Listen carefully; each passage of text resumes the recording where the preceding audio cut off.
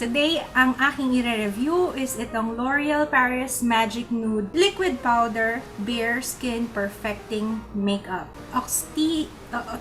Octinoxate Sunscreen Broad Spectrum SPF 18. Itong bottle na to, it is glass and it contains 27 ml of the product. Transforms from liquid to powder for the perfect bare skin finish.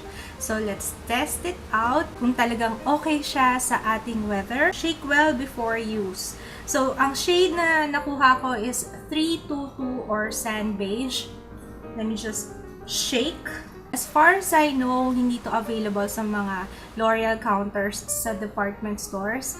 This is only available online. Correct me if I'm wrong ha. You can order this from Bebang online shop. Ilalagay ko yung link sa description box. Ang alam ko ang presyo niya is 500 pesos. Tingnan natin yung consistency niya. Pero parang feeling ko it's watery. Yup, malabnaw. See? Not recommended for use with a sponge or brush. So, fingers lang dapat. Okay, so up close, makikita nyo, okay naman yung skin ko. Wala naman akong mga major blemishes na kailangan takpan.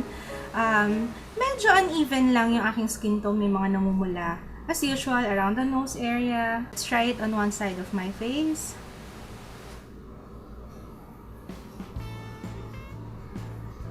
Wow!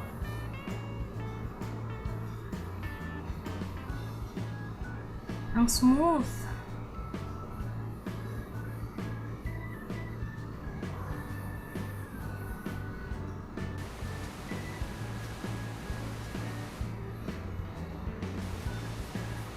Powder finish siya talaga.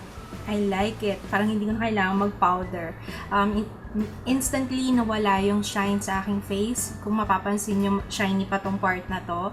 Ito hindi na. Para ka nang rin naglagay ng powder. Pantay na yung kulay ko sa nose and here. Coverage, I would say, nasa light to medium coverage lang siya. Tingnan natin kung buildable yung kanyang coverage. Yep. Buildable naman yung kanyang coverage. So, i-apply ko muna siya on the rest of my face.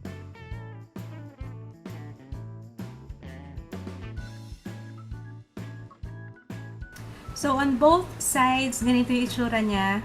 I like it. Although hindi siya ganun kahalata na naka-foundation ka. Talagang bare skin perfecting makeup.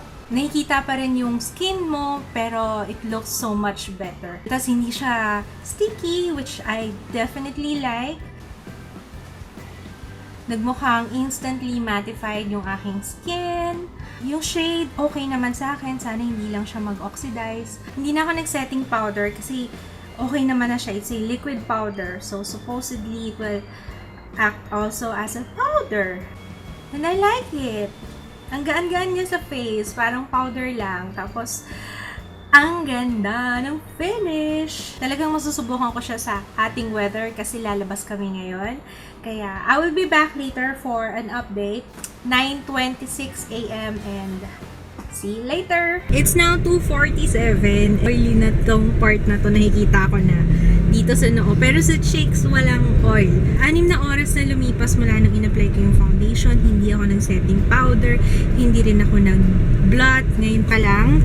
At saka magre-retouch na rin ako ng powder. Ang gagamitin kong powder as usual is yung aking Matte Magic Mattifying Powder. Okay naman siya sa face ko. Hindi ko nga na-feel na oily na ako hanggat hindi ko patingnan sa salamin. Maano siya, magaan lang siya sa face. Hindi siya kagaya ng feeling kanina nung in-apply ko, hindi siya ganun kalagkit. Kaya okay na okay siya. Para sa akin, 6 na oras. Ngayon lang ako nag-check, nag-blot, nag-retouch. Kaya ano pa ako niya na, active pa ako niya. Kanina pa kami nasa labas. Babalik ako mamaya for my final update. 8:54 p.m. final update.